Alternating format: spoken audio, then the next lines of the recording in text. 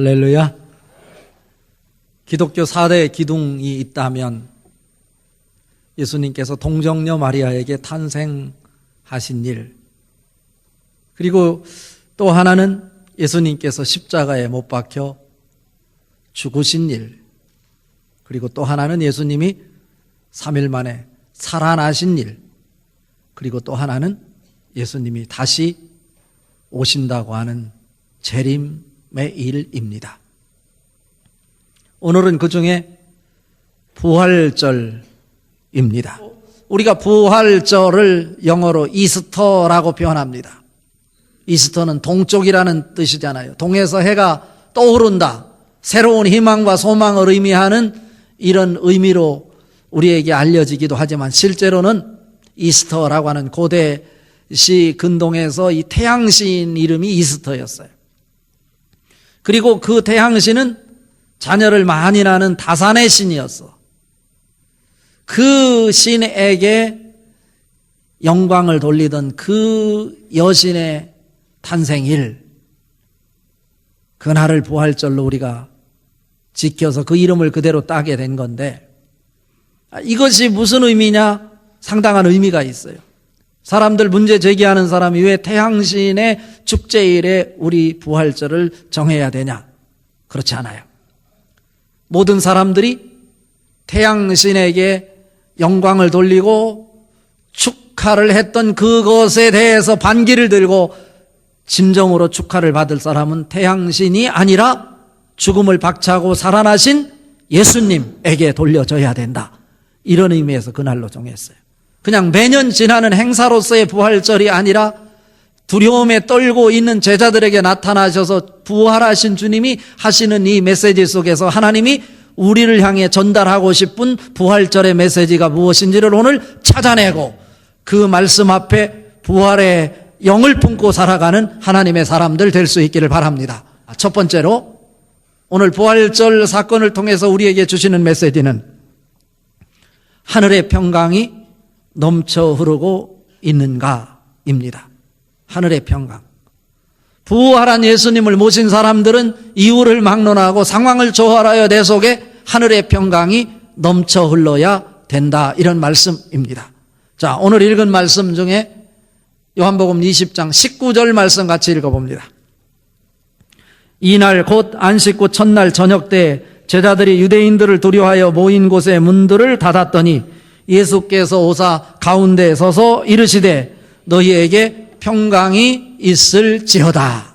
그들은 두려웠고 자기들이 체포되어 갈지도 모른다고 하는 공포 속에서 예수님이 부활하셨다는 소식을 듣고 한 방에 모여서 제자들이 문을 걸고 공포에 사로잡혀 있었는데, 예수님께서 문고리를 열지도 않고 벽을 통과하셔서 그들에게 나타나셔서 그들에게 첫 마디로 첫 말씀하시는 메시지가 뭐냐면 너희에게 평강이 있을지어다 입니다. Peace be with you예요. 평강이 있을지어다. 이것은 평강이 너희에게 있어야 된다, 그런 말씀이 아니에요. 이것은 선언이에요. 선언. 부활한 예수님을 본 사람은, 부활한 예수님을 모신 사람은 평강 그 자체이다 라고 하는 말씀입니다. 이 평강은 어떤 평강입니까? 세상에서 얻어지는 평강과는 차원이 다른 것입니다. 이 평강은 헬라어로 에이레네라고 표현합니다. 히브리어는 이 에이레네를 샬롬이라고 번역하는 것입니다. 여기서 말하는 에이레네로서의 평강은 수동적인 것이 아니에요. 적극적이고 능동적이고 긍정적인 의미를 담아내는 평강입니다. 비바람을 맞이했지만, 폭풍을 맞이했지만, 그런 수많은 역경을 거뜬히 견뎌내고 버텨내면서 그 속에서 당당하게 자기가 살아있음을 표현해내는, 봄에 새롭게 피어나는 새싹과도 같은 아름다운 고난을 겪어내고 승리한 꽃을 가리켜서 에이레네로서의 평강이라고 말할 수 있는 것입니다. 환경으로부터 오는 평강은요, 수동적인 거예요. 그리고 순간적인 거예요. 그러나 여기에서 말하는 것은 죽음을 박차고 부활하신 주님께서 함께 하심으로 우리에게 주어지는 시공을 초월하는 평강인 것입니다. 요한복음 14장 27절에 말합니다. 평안을 너희에게 끼치노니 곧 나의 평안을 너희에게 주노라. 내가 너희에게 주는 것은 세상이 주는 것과 같지 아니하니라. 너희는 마음에 근심하지도 말고 두려워하지도 말라 라고 말씀합니다.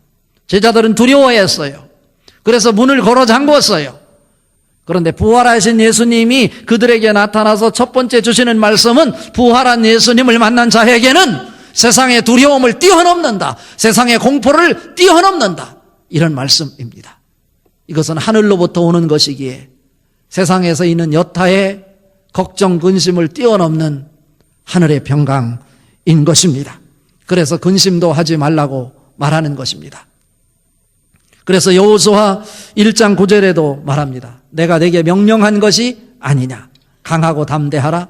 두려워하지 말며 놀라지 말라. 내가 어디로 가든지 내 하나님 여호와께서 너와 함께 하시느니라 하시니라. 말씀하고 있습니다. 여호수아 1장 5절에도 말합니다. 너희 평생에 능히 너를 당할 자가 없으리니 내가 모세와 함께 있었던 것과 같이 너와 함께 있을 것이라. 내가 너를 떠나지 아니하며 너를 버리지 아니하리니. 누가 함께 하심으로? 죽음으로 끝난 것이 아니라 죽음을 극복하고 살아나신 부활의 예수님께서 우리와 함께 하심으로 주어지는 평강입니다. 이 평강은 어떤 평강입니까? 나에게 고통이 있음에도 불구하고, 나에게 질병이 있음에도 불구하고, 내가 불가피한 상황 속에서 사자의 굴에 들어감에도 불구하고, 그런 긴박한 상황 속에서도 내 속에서 상황을 초월하여 넘쳐 흐르는 생명수 같은 기쁨, 이 평강이 여러분에게 넘쳐 흐를 수 있기를 바랍니다. 이게 부활 아침에 여러분에게 주시는 하나님의 선물입니다. 우리는 이 평강이 내 속에 있는가를 확인해야 되겠다 이거예요. 나에게 그러한 평강이 없다면 나는 부활하신 예수님을 지금 모시고 있지 못한 거예요. 그 부활하신 예수님과 함께하고 있지 못했기에 상황 따라 내가 불안에 사로잡히고 공포에 사로잡히고, 그러나 그 부활하신 예수님이 내 속에서 내주해 계시고 내 속에서 일하고 계시면 나에게는 상황을 초월하여 그 기쁨의 하늘의 평강이 넘쳐 흐른다. 이런 말씀입니다. 요한복음 4장 13절 14절에서 말하지요. 수가성 여인, 세상에서 어떻게 하면 평강을 얻어볼 수 있을까? 갖가지 방법을 강구해봤지만 그에겐 평강이 없었어요. 그때 예수님께서 그 여인에게 말합니다. 이 물을 마시는 자마다 다시 목마르려거니와 내가 주는 물을 먹는 자는, 마시는 자는 영원히 목마르지 아니하리니 이 물을 마시는 자는 그 속에서 영생하도록 솟아나는 샘물이 되리라. 이것이 바로 예수님을 통해서 우리에게 주어지는 평화가 아니겠습니까? 그 축복이 여러분에게 넘쳐날 수 있기를 바랍니다. 두 번째로 성령 충만한 삶인가 입니다. 22절 말씀 같이 읽어봅니다. 이 말씀을 하시고 그들을 향하사 숨을 내쉬며 이르시되 성령을 받으라 말씀하십니다. 제자들이 떨고 있을 때 예수님이 벽을 통과하여 그들에게 찾아오셔서 첫 번째 하신 말씀이 너희에게 평강이 있을지어다. 평강을 선언하셨어요. 그리고 두 번째로 그들을 향하여 숨을 내쉬며 이르시되 성령을 받으라 말씀하셨습니다. 여기서 성령이라는 것은 무엇일까라고 하는 거죠. 우리는 삼위일체 하나님을 얘기합니다. 하나님께서 하신 기능이 세 가지의 기능으로 역할을 감당하셨다라고 하는 거예요. 그러면서도 그 셋은 따로가 아니라 하나이다라고 하는 삼위일체를 얘기하는 거죠. 일체라고 하는 것은 어떤 기능을 하든 그분은 신적 능력을 가지고 있는 분이다 라고 하는 말씀입니다. 성부는 무엇을 의미하냐면 근원이신 하나님을 얘기하는 거예요. 성자는 말씀이신 하나님을 말씀하는 거예요. 요한복음 1장 1절에 근거해 볼 때 태초에 말씀이 계시니라 이 말씀이 하나님과 함께 계셨으니 이 말씀은 곧 하나님이시니라. 예수님 인간의 몸을 입고 이 땅에 오셔서 십자가에 못 박혀 돌아가셨다가 3일 만에 살아나신 이 예수님은 말씀인 거예요. 그리고 성령은 뭐냐면 능력이라는 특징이 있어요. 성령은 능력이에요. 사도행전 1장 8절에 보면 오직 성령이 너희에게 임하시면 너희가 권능을 받고입니다. 성령이 우리에게 임하면 능력이 생기는 거예요. 그러니까 예수님께서 부활하셔서 제자들에게 평강을 선언하시고 곧바로 숨을 내쉬며 하시는 말씀이 너의 방식으로가 아니라 능력으로 살아야 된다. 이렇게 말씀하고 있는 것입니다. 부활하신 예수님께서 우리에게 가장 주고 싶어 하시는 선물은 뭔지 아세요? 이것은 구원이라는 거예요. 제한된 인간의 그 생명을, 죽음을 극복하신 분이 예수님이에요. 예수께서 말씀하셨잖아요. 요한복음 11장 25절 26절에 나는 곧 부활이요 생명이니 나를 믿는 자는 죽어도 살겠고 무릇 살아서 나를 믿는 자는 영원히 죽지 아니하리니 이것을 내가 믿느냐? 라고 묻고 있어. 구원을 주시고자 하는 것이 부활하신 예수님이 우리에게 가장 원하시는 거예요. 그런데 이 구원은 돈을 주고 사는 것이 아니라 조건 없이 거저 주시는 하나님의 은혜예요. 근데 중요한 것은 오늘 부활하신 예수님이 제자들에게 나타나서 성령을 받으라고 하시는 말씀을 뭐냐면 구원받은 자가 구해야 될 것이 있는데 그것은 성령이다라고 하는 것입니다. 내가 선물로 구원을 주었으니 구원받은 자가 성령을 사모하여 너의 방식대로 살지 말고 성령에 의지하여 그 능력 붙잡고 승리하는 인생이 되어야 된다라고 하시는 말씀입니다. 그래서 사도행전 6장 3절에 보면 초대교회 일꾼이 되는 조건도 바로 그런 말씀이에요. 뭐라고 말씀하냐면 형제들아 너희 가운데서 성령과 지혜가 충만하여 칭찬받는 7사람을 택하라. 내가 이 일을 그들에게 맡기고 라고 말씀하고 있어요. 우리가 목사가 되고 장로가 되고 권사가 되고 집사가 되고 찬양대원이 되고 교회학교 교사가 되고 교사가 되고 그래서 하나님의 직분을 맡기 위해서 전제 조건이 뭐냐면 성령 충만인 거예요. 지혜 충만, 성령 충만, 지혜 충만은 무엇을 말하는 것입니까? 이 땅에서 살지만 이 땅에 대한 해답을 하늘에서 찾는 것, 이것이 성령 충만이고 지혜인 거예요. 그 축복이 여러분에게 있어지길 바랍니다. 누가복음 11장 13절 그리고 마태복음 7장 13절에서 말씀하죠. 너희가 악할지라도 좋은 것을 자식에게 줄 줄 알거든 하물며 하늘에 계신 너희 아버지께서 구하는 자에게 성령을 선물로 주시지 않겠느냐. 마태복음엔 좋은 것을 주시지 않겠느냐 이렇게 말씀하고 계신 것입니다. 그런데 우리가 언젠가부터 기도하지 않아도 은혜 없어도 하나님의 능력이 없어도 내가 살 수 있을 것 같은 마음으로 타락해 버렸다라고 하는 것입니다. 성령은 보혜사입니다. 우리를 옆에서 우리의 연약함을 아시고 우리를 위해서 친히 간구하시는 하나님이 성령님이죠. 능력이세요. 우리의 연약함을 누구보다도 잘 아시고 우리의 연약함을 직접 체험하신 하나님이시 바로 성령님이세요. 로마서 8장 26절에 말합니다. 뭐라고 말씀합니까? 우리의 연약함을 아시고 말할 수 없는 탄식으로 우리를 위하여 친히 간구하시는 분이 성령이라고 그러고 요한복음 14장 26절에 이렇게 말씀하십니다. 보혜사 곧 아버지께서 내 이름으로 보내실 성령 그가 너희에게 모든 것을 가르치고 내가 너희에게 말한 모든 것을 알게 하리라 말씀하셨어요. 생각나게 하리라 말씀하셨어요. 성령님은 우리가 알지 못할 때 그것을 가르쳐 주시는 하나님이십니다. 생각나지 않을 때 우리로 하여금 생각나게 하시는 하나님이 성령님이십니다. 돕는 자예요. 능력이십니다. 그래서 사도행전 19장 2절에 에베소 교회 교인들을 향해서 이렇게 말씀합니다. 너희가 믿을 때 성령을 받았느냐. 그때 에베소 교회는 어떤 교회였습니까? 알렉산드리아, 철학의 고장이고 종교의 고장인 알렉산드리아에서 온 아볼로라고 하는 성경 박사가 그들에게 성경을 가르치고 있었습니다. 고린도 교회에서도 아볼로가 성경을 가르쳤습니다. 그런데 그들은 성령에 대해서 들어보지도 못했다고 그랬습니다. 탁월한 지식이 있어서 성경 지식을 가르침에도 불구하고 그곳에 성령이 없으니까 바람 빠진 풍선처럼 힘을 쓰지 못했어요.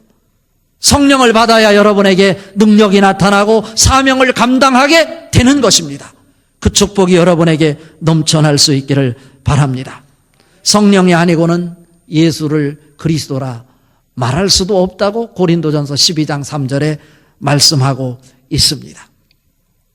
여러분, 하나님께서 에덴 동산을 만드시고 왜 아담과 하와를 선악과 나무 앞에 세우신지 아세요? 선과 악을 보여주면서 선과 악 중에서 너가 무엇을 택해야 될지를 결정하라 하나님이 말씀하시는 거예요. 사탄은 유혹합니다. 너가 하나님이 될 수 있다. 그러나 바울조차도 로마서 7장 24절에 말씀하기를 오라 나는 곤고한 자로다. 이 사망의 몸에서 누가 나를 건져내랴. 그 육신적인 갈등 속에 선과 악이 자기 속에 싸우는 것에 대한 고민을 말하고 있어요. 우리에게 보여주는 메시지는 뭡니까? 우리가 살아가는 이 세상 속에 선도 있고 악도 있을 것인데 너가 스스로 택할 수 있는 것은 악을 택할 수밖에 없다는 것입니다. 선악과 나무 앞에 아담과 하와를 세운 것은 너의 힘으로는 불가능하다고 하는 사실을 우리에게 보여주는 것입니다. 너가 하나님의 영으로 충만하게 될 때 너는 선을 택할 수 있다라고 하는 것입니다. 내가 무엇을 할 수 있다고 생각하지 마십시오. 내 생각이 있어도 이 부활절 아침에 과감하게 내려놓으십시오. 내고집 말하지 마십시오.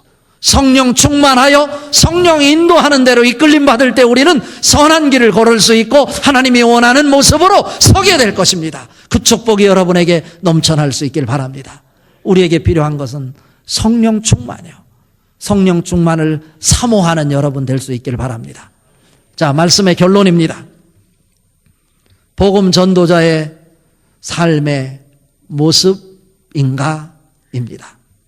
결국 우리에게 하늘의 평강을 선언하시고 문을 열지 않고 벽을 통과하셔서 자기가 부활하셨음을 직접 우리에게 보이시면서 성령 충만을 선언하신 이유는 너희가 하늘의 평강이 있고 성령 충만을 받아서 해야 될 일이 있기 때문에 우리에게 평강과 성령 충만을 요구하고 계시는 것입니다.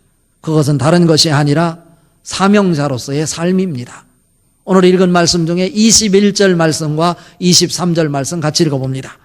예수께서 또 이르시되 너희에게 평강이 있을지어다. 아버지께서 나를 보내신 것 같이 나도 너희를 보내노라. 너희가 누구의 죄든지 사하면 사하여질 것이요 누구의 죄든지 그대로 두면 그대로 있으리라 하시니라 입니다. 무슨 말씀입니까?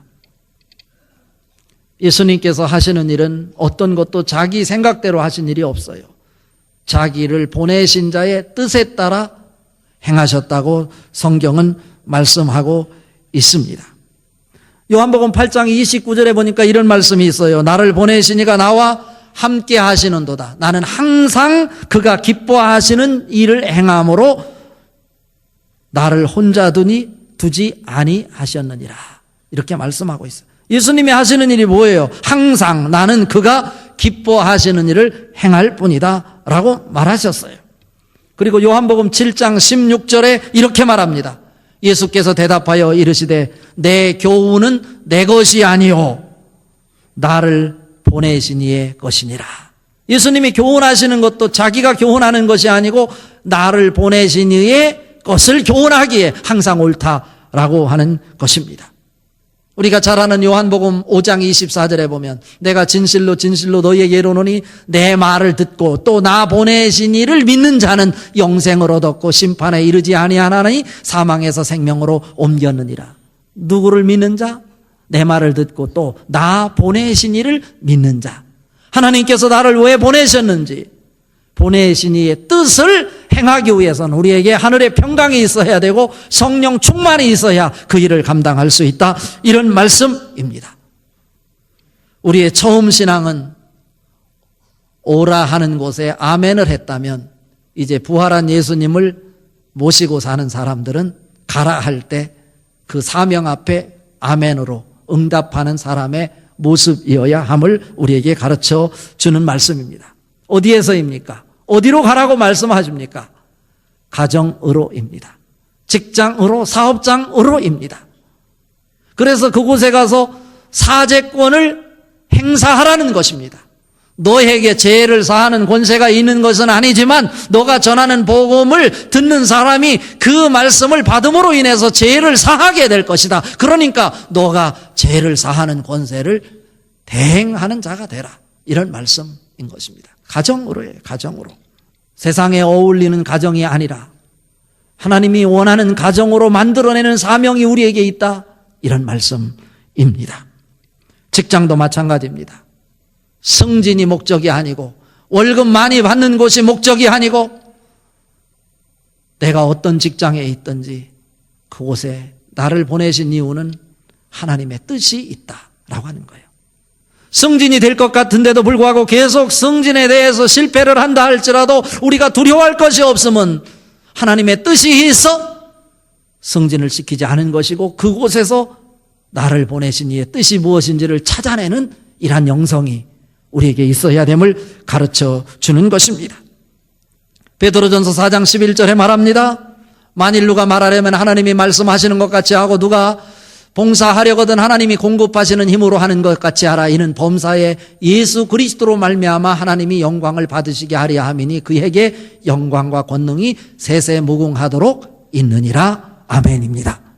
내가 더 이상 아니에요. 이제는 부활하신 예수님 성령 충만하게 될 때 이제는 내 뜻을 행하는 것이 아니라 성령님이 나를 주관하여 성령님이 원하시는 삶을 살아가는 것, 사명자로서의 삶의 모습을 부활하신 예수님은 우리를 통해 보고 싶어 하시는 거예요. 베드로전서 2장 9절에 말씀합니다. 그러나 너희는 택하신 족속이요 왕같은 제사장들이요 거룩한 나라요 그의 소유가 된 백성이니 이는 너희를 어두운 데에서 불러내어 그의 기이한 빛에 들어가게 하신 자의 아름다운 덕을 선포하게 하려 하심이라 말씀하고 있는 것입니다. 마가복음 16장 15절 16절에 말합니다. 또 이르시되 너희는 온 천하에 다니며 만민에게 복음을 전파하라. 믿고 세례를 받는 사람은 구원을 얻을 것이요 믿지 않는 사람은 정죄를 받으리라. 주 예수께서 말씀을 마치신 후에 하늘로 올리우사 하나님 우편에 앉아 계시느니라 말씀하고 있어요. 고린도전서 1장 21절에 말합니다. 하나님의 지혜에 있어서는 이 세상이 자기 지혜로 하나님을 알지 못하는 거로 하나님께서는 전도에 미련한 것으로 믿는 자들을 구원하시기를 기뻐하셨도다 라고 말씀하고 있어요. 오늘 부활절 아침 다시 한번 우리의 삶 속에 땅으로부터의 평강이 아니라 하늘로부터 주어지는 상황을 초월하여 샘솟는 기쁨이 넘쳐나고 있음이 있는지, 내가 성령을 사모하는 모습이 갈급함으로 내 속에 있는 것인지, 그리고 내 뜻으로 함이 아니라 하나님이 원하심을 위해서 오늘 또 그 사명자로 살아가고 있는지 되돌아다 볼 수 있는 축복의 아침 될 수 있기를 바랍니다. 베드로전서 2장 24절 25절에 말씀합니다. 친히 나무에 달려 그 몸으로 우리 죄를 담당하셨으니 이는 우리로 죄에 대하여 죽고 의에 대하여 살게 하려 하심이라. 그가 채찍에 맞음으로 너희가 나음을 얻었나니. 25절 너희가 전에는 양과 같이 길을 잃었더니 이제는 너희의 영혼의 목자와 감독 되신 이에게 돌아왔느니라. 오늘 부활하신 예수님, 우리의 질병을 물리치고 어둠을 물리치고 새로운 사명자로 되살아나게 하기 위해서 오늘 우리를 부르고 계신데, 여러분의 연약함이 오늘 부활하신 예수님을 모심으로 다 치료되고 새로운 사명자로 되살아날 수 있기를 주님의 이름으로 축복합니다.